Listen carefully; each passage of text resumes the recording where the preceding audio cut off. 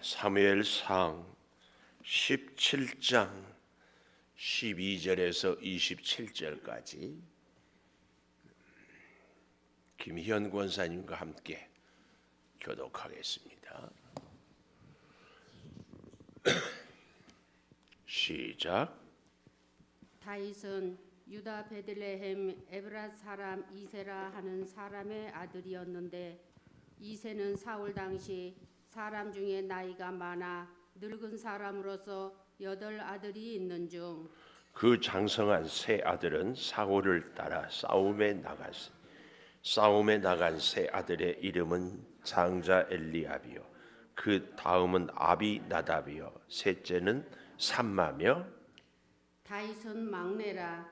장성한 세 사람은 사울을 따랐고, 다윗은 사울에게로 왕래하며 베들레헴에서 그의 아버지의 양을 칠 때에 그 블레셋 사람이 40일을 조석으로 나와서 몸을 나타내었더라.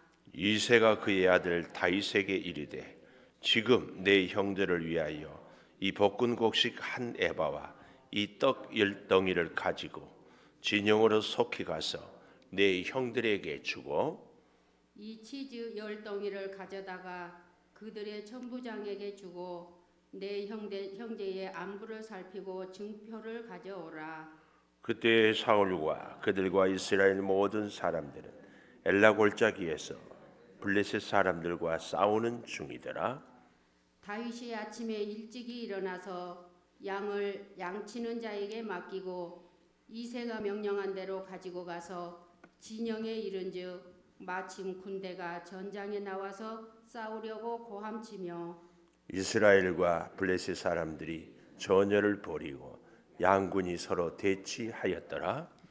다윗이 자기의 짐 지키는 자의 손에 맡기고 군대로 달려가서 형들에게 문안하고 그들과 함께 말할 때에 마침 블레셋 사람의 싸움 도두는 가드 사람 골리앗이라 하는 자가 그 전열에서 나와서 전과 같은 말을 하매 다윗이 들으니라.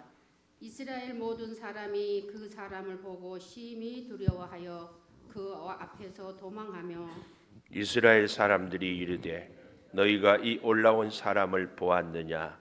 참으로 이스라엘을 모욕하러 왔도다.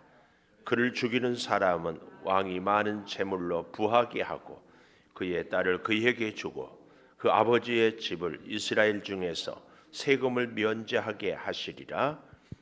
다윗이 곁에 서 있는 사람들에게 말하여 이르되, 이 블레셋 사람을 죽여 이스라엘의 치욕을 제거하는 사람에게는 어떠한 대우를 하겠느냐?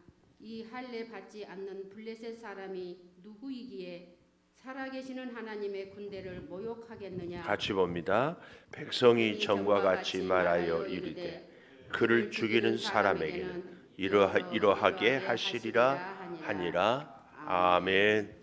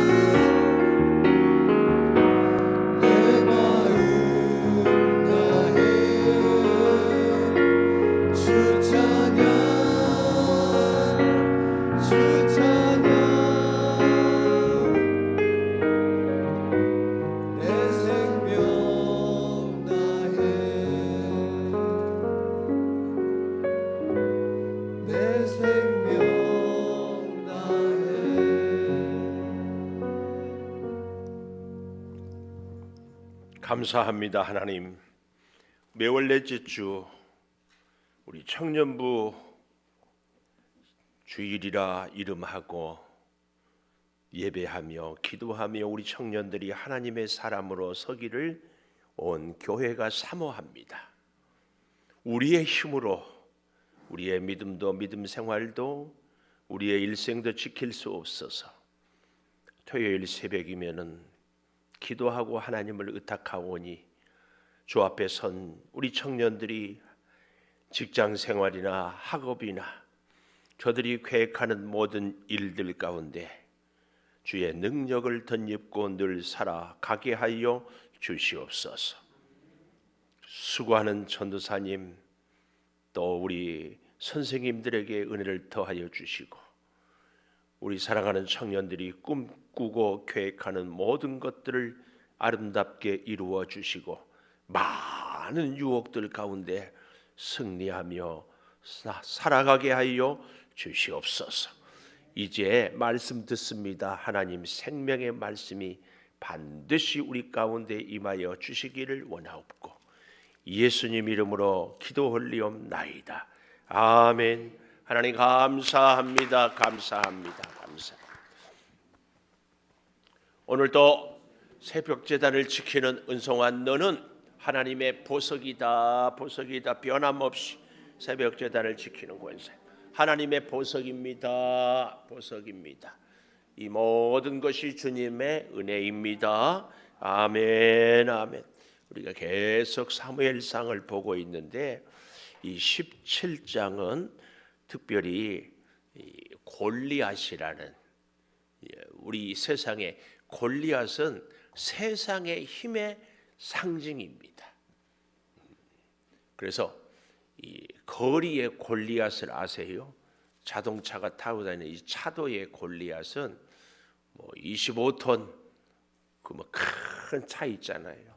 거리의 골리앗 그냥 자기들 마음대로 막 이렇게 다닌다 이런 표현도 하는데 인간의 힘의 상징이 골리앗입니다.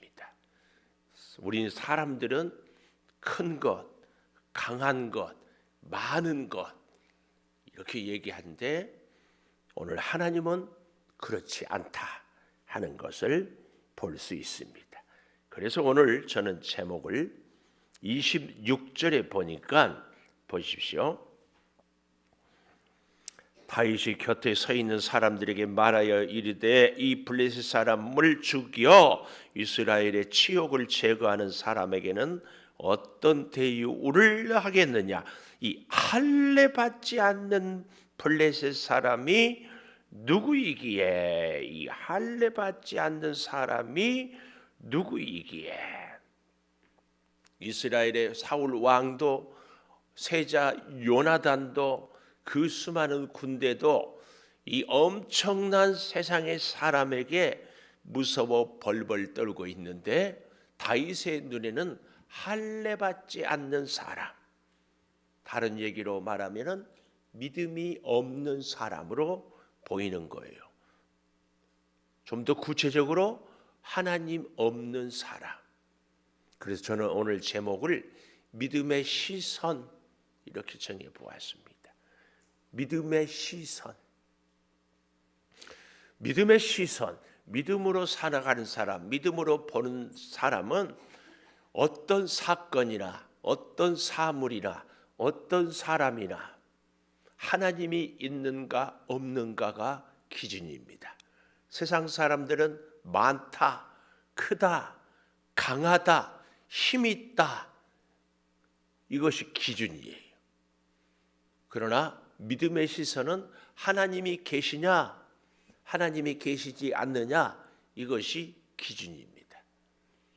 우리 예수를 믿는 우리들도요 뜻밖의 내가 많이 가졌느냐, 내가 건강하느냐, 내가 힘이 있느냐 이것을 갖고 나는 어떤 일이든지 할 수 있다, 할 수 없다 이렇게 판단합니다.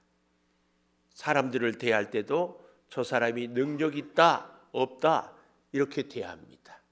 그러나 우리 하나님의 사람들은 믿음의 시선을 갖고 그 믿음의 시선의 기준은 하나님이 계신가 계시지 않느냐, 이 차이입니다.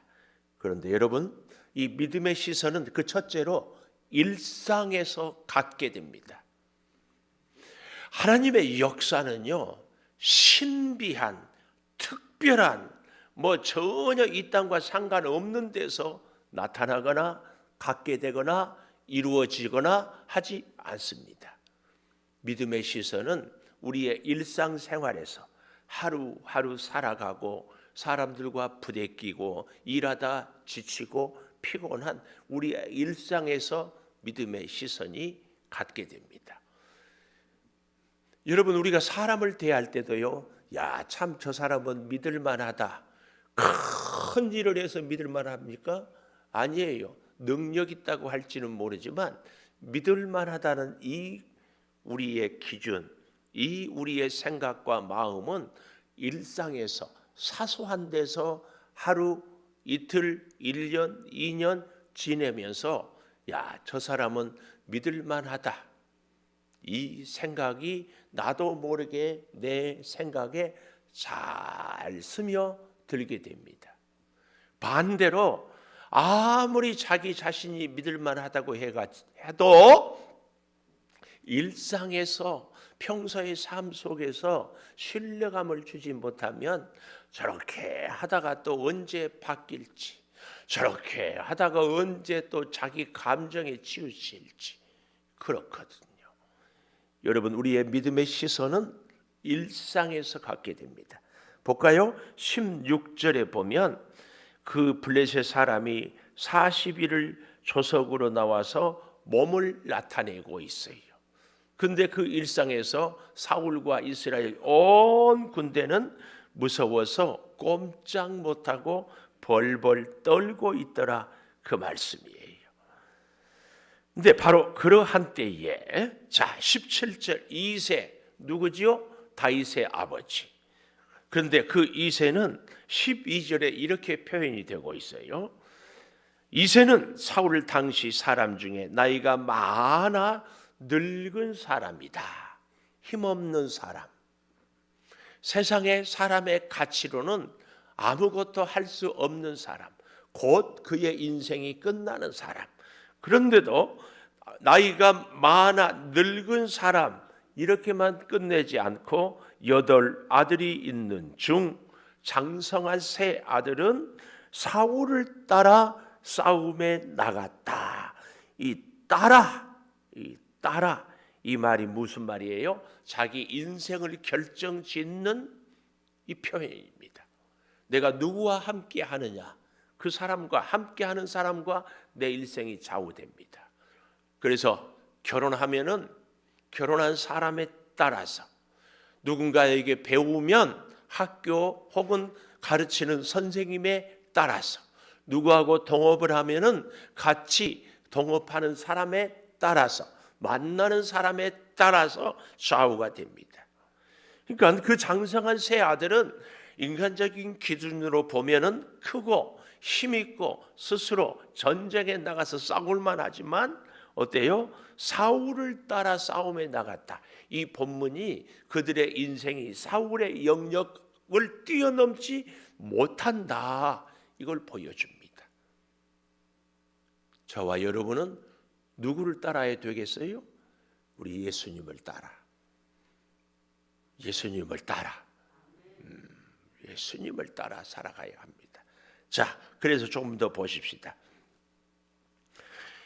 세 아들의 이름을 얘기하면서요, 14절에 보니까 다윗은 막내라 그랬어요. 막내. 이 막내란 말이 제가 찾아보니까 참 재밌어요. 막내. 나이가 든 사람들 모임에 가보니까 그 중에 막내가 제일 힘있고 실력이 있더라고. 그래서 나이가 많은 사람들의 모임에 가면은 막내를 총무를 시켜. 그래서 이 일 저 일을 보게 하면서 주도권을 이렇게 쥐게 하는 것을 보합니다. 그러나 일상적인 막내는요, 그 개념이 아주 약해서 도움을 받을 수밖에 없는 존재, 이런 존재를 막내라고 그래요. 우리 이모 자 권사님은 막내지요, 막내.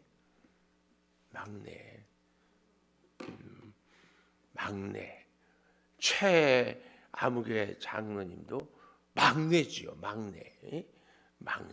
근데 가만 보십시오. 막내들은요, 대체적으로 형제들이나 부모한테 도움을 받는 것을 당연하게 생각해. 저희 집에도 막내가 있는데 자기는 도움을 많이 받아야 되는데, 우리 부모님 살아생제. 왜? 형들은 엄마 아버지하고 오래 살았잖아. 나는 조금밖에 못 살았잖아. 그러니까 많이 도움을 받아야 된대. 자, 그리고 막내들의 특징은 엄마 아버지한테 거의 반말해.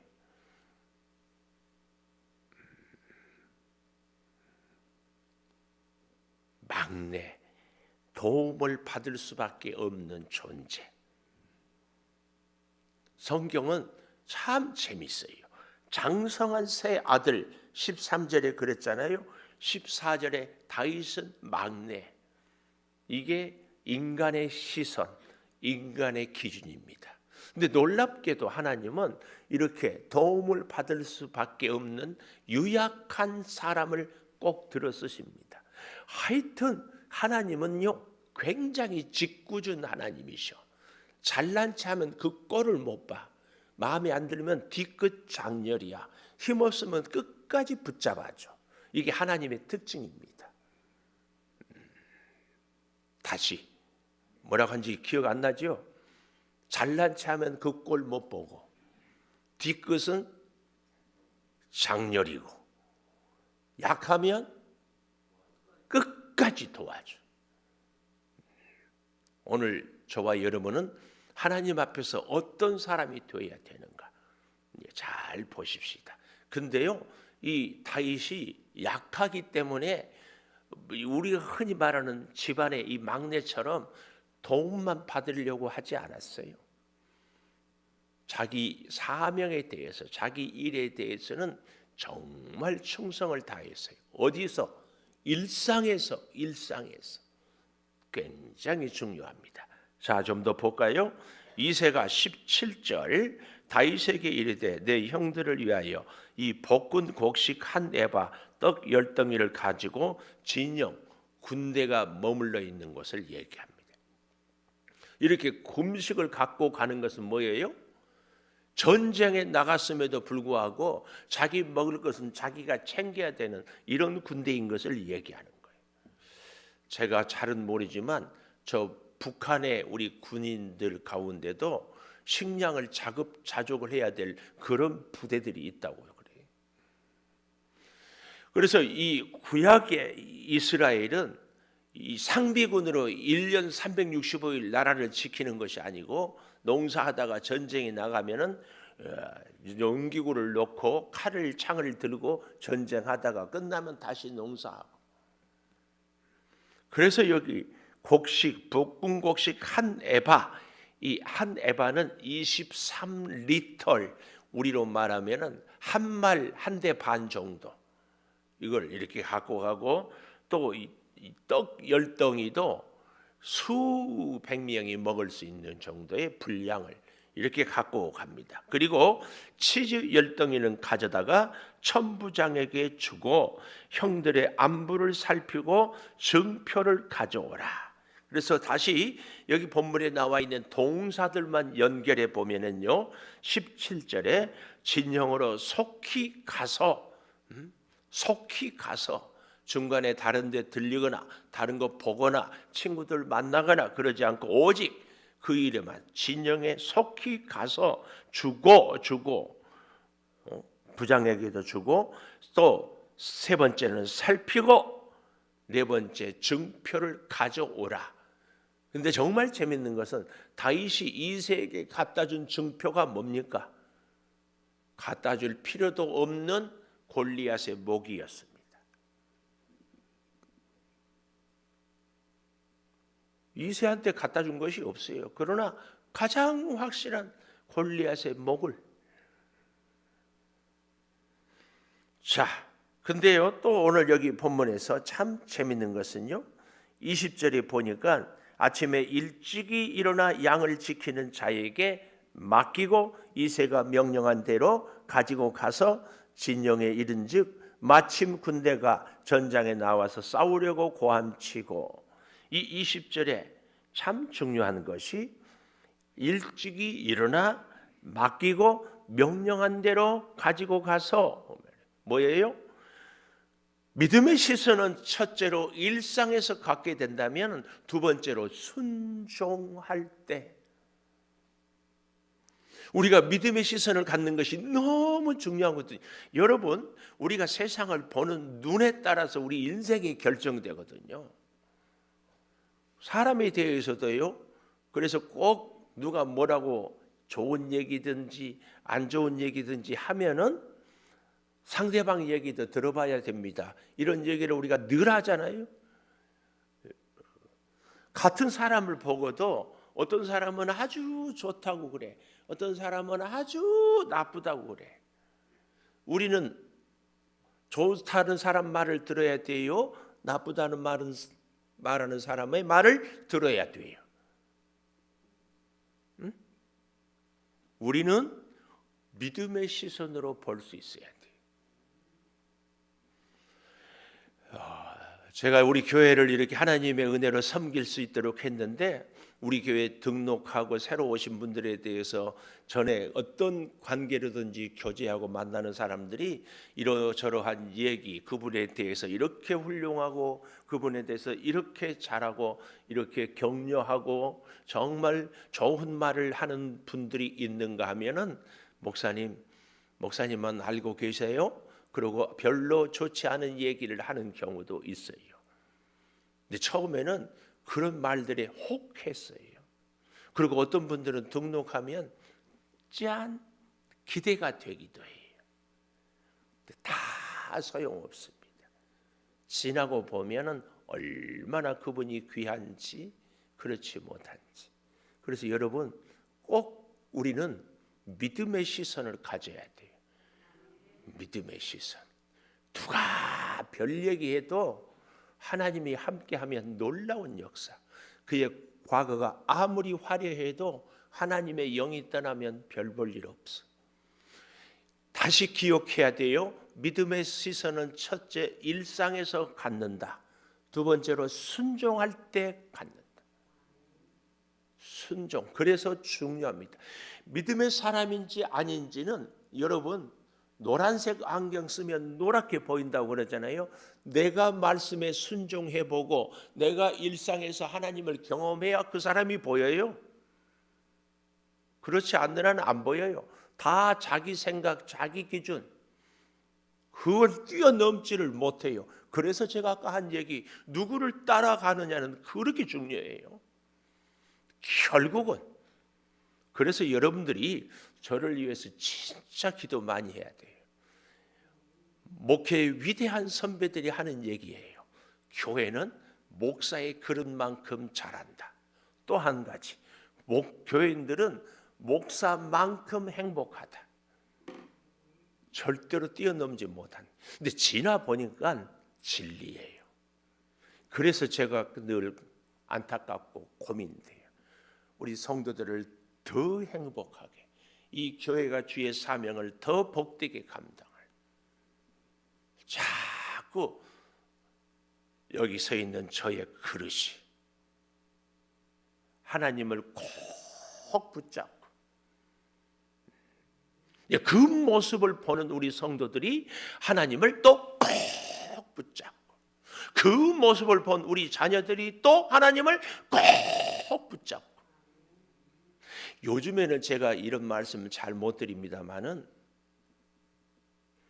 하도 이 집 저 집 다 그러니까. 전에는요, 자녀들의 믿음은 부모의 거울이다, 이런 얘기를 제가 자주 했어요. 근데 요즘에 이 세대가 그렇고 세상이 그렇고 뭐 너나 할 것도 없으니까 자녀들이 부모의 신앙의 거울입니다. 그러면 다 가슴이 찔려가지고 에이 그래 안 돼 뭐 이러니까 이 말을 참 못해. 누구를 따라가느냐? 굉장히 중요합니다. 믿음의 시선은 일상에서 순종함으로. 그렇게 될 때에 세 번째, 사람의 기준이 달라진다. 25절. 사람의 기준이 달라진다. 25절.